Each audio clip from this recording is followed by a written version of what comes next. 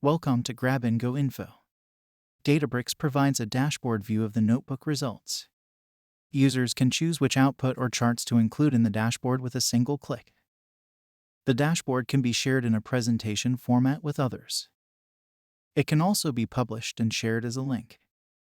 Compared to other visualization tools, Databricks dashboard has the advantage of being able to visualize very large datasets.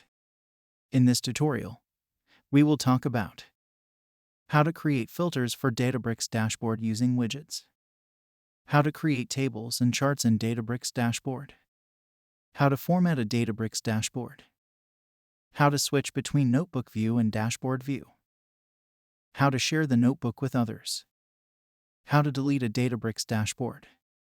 Let's get started. In the first step, we will import the PySpark SQL functions for data processing.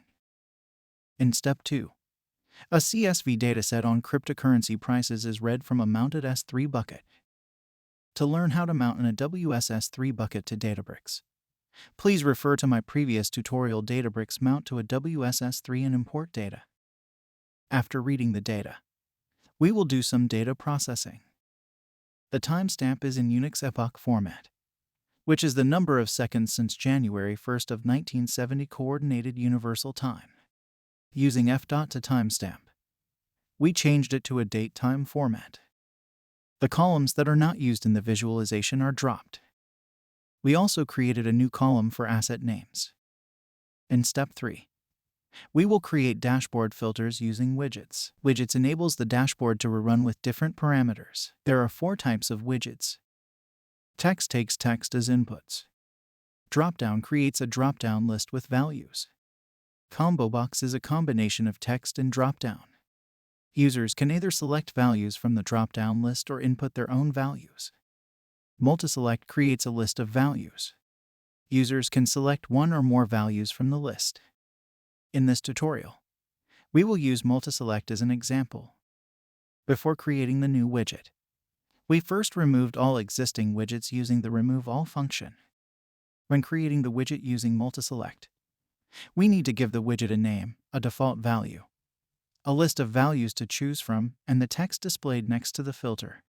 After creating the widget, we can set up the configuration by clicking the gear icon on the upper right corner of the notebook.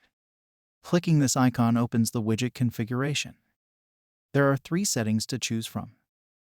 Run Notebook reruns the entire notebook when there is a change in the widget value selection. Run Access Commons reruns only the cells that retrieve the values for the particular widget. Do Nothing does not rerun any cell when there is a change in widget value selection. To make sure the dashboard is updated with the newly selected values, either Run Notebook or Run Access commands need to be selected. We will choose Run Access commands in this example because we only want to rerun the cells that are in the dashboard. If you find the video helpful so far, please click the like button and subscribe to the channel.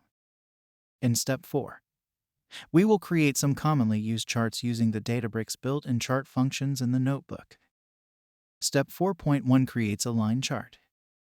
We first selected the columns needed for the chart, then filter the data to include only the values selected in the widget.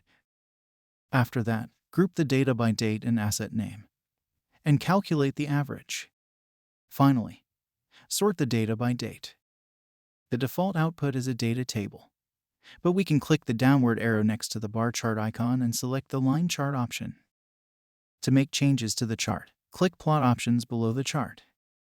We can change keys, series groupings, values, and aggregation calculations. We can also change the y-axis range, show points, and make the color consistent for groups. The legend for the groups is clickable. We can show a subset of groups by deselecting some groups.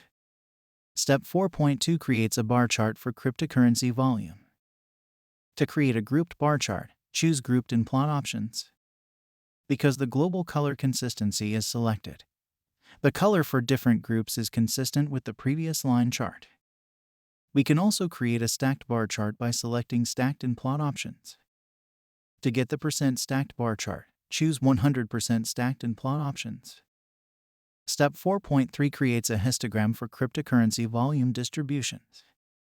When there is more than one group, use the group category name as the key. This produces one histogram for each group. We can change the number of bins for the histogram.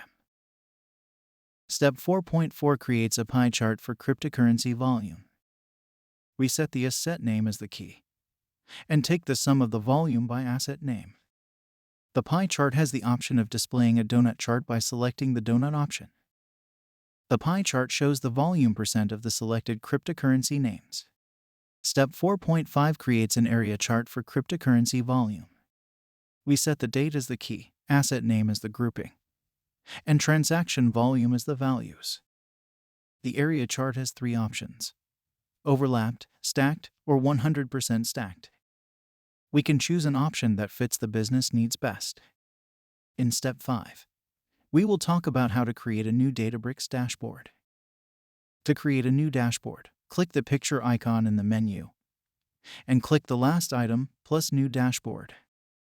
All the existing markdown cells and outputs in the notebook will be automatically included in the dashboard. We can delete unwanted content by clicking the cross icon on the upper right corner of the content. The new notebook outputs generated after creating the dashboard will not be included automatically. To include new content, click the bar chart icon on the upper right corner of the cell and check the dashboard name. Databricks dashboard tables and charts can be moved around by clicking and dragging. We can also change the size of dashboard objects by clicking the arrow in the lower right corner. Using the markdown cell, we can include headers, texts, images, math equations, and more in the dashboard. My previous tutorial Databricks Notebook Markdown cheat sheet covers how to use Databricks Markdown. In Step 7, we will talk about how to switch between a notebook and its dashboard. To switch from a notebook view to a dashboard view, click the picture icon in the menu and select the dashboard name under the Dashboards section.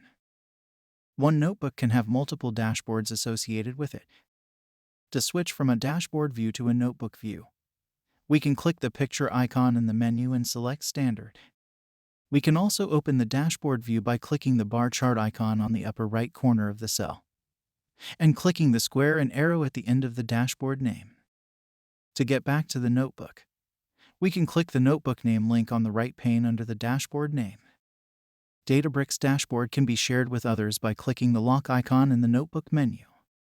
In the Databricks Community Edition, the permission control is disabled, but users can publish the notebook by clicking the share button in the upper right corner.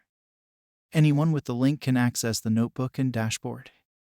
To present the dashboard results to others, click the Present Dashboard button on the right panel of the dashboard.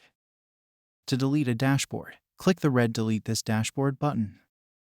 This tutorial talked about Databricks dashboard. It covered how to create filters for Databricks dashboard using widgets, how to create tables and charts for Databricks dashboard, how to format a Databricks dashboard, how to switch between notebook view and dashboard view, how to share the notebook with others, how to delete a Databricks dashboard. If you found the information in this tutorial helpful, please click the like button and subscribe to the channel. I publish tutorials on machine learning, deep learning, and big data processing every week. If you prefer the written version of the tutorial, please go to grabandgoinfo.com. I will put the link in the video description. This is the blog post for this tutorial. It has all the code and explanations in the video. Thank you for watching. See you in the next video.